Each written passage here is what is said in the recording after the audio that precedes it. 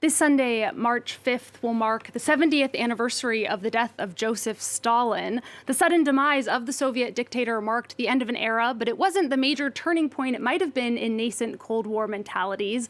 In his book, The Last Days of Stalin, activist and scholar Joshua Rubenstein argues that the administration of U.S. President Eisenhower squandered an opportunity to make inroads with the Soviet Union. His book is a riveting exploration of Joseph Stalin's final months, his death, and all of its repercussions. It was first published in 2016, but has just come out in French, which is why we're lucky enough to have Joshua Rubenstein on set with us today. Thank you so much for being here. Very nice, thank you. Can you maybe just start by setting the mood for us a little bit and talking through what had been going on in the Soviet Union in the months just leading up to Stalin's Sure, death? I'll emphasize a few things. In October 1952, Stalin gave his last public address, a very short speech at the end of the 19th Party Congress. The significance is that, first, he didn't have the physical strength to give a speech for 4 or 5 hours, which is the usual report by the Central Committee to the Congress of the Communist Party. Malenkov gave that report.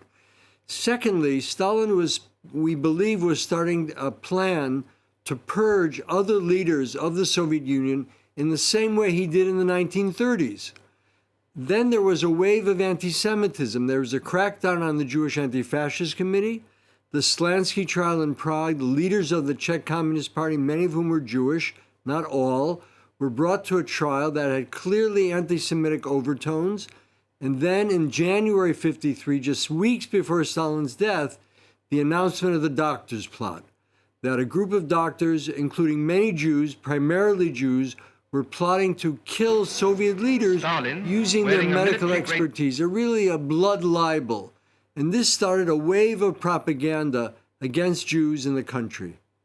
And so he was getting rid of some of the country's best doctors just before he himself became sick. Can you talk us through the death itself, Yes. and how he died? What happened was that during the day on Sunday, March 1st, Stalin did not ask for tea, did not ask for breakfast at his usual time, 11 or 12 noon. Stalin was nocturnal. He worked at night. He met with his colleagues at night. But that Sunday, the guards did not get any bell from Stalin. And the rule was you could not enter Stalin's personal quarters without being summoned for security reasons. So he collapsed. No one knew what happened. He couldn't cry for help. He was paralyzed. He couldn't speak. And so he lay there for 8 or 10 hours in his own urine until the guards sent in an elderly maid who had worked for Stalin for many years, figuring he would not be afraid to see her. And it was this woman who found Stalin on the floor, paralyzed. She raised the alarm. The guards rushed in, lifted him onto a sofa. But did they call the doctors? No. They called Malenkov and Beria, the other leaders. They came at 2 in the morning. They saw Stalin was sleeping. He was snoring. So they said, "Why are you bothering us? Why are you so afraid? Everything's okay with Comrade Stalin."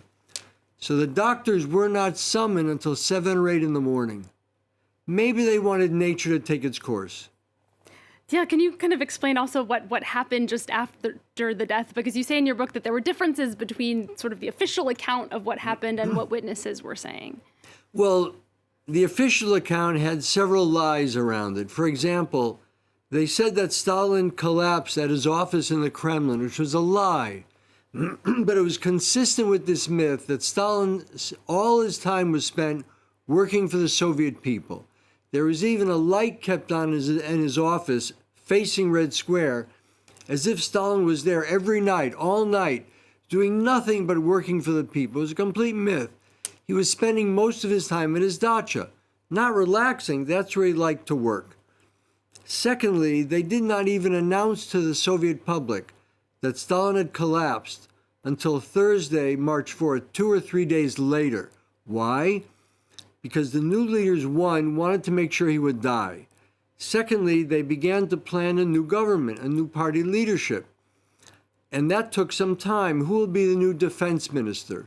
Molotov returned to his post as foreign minister.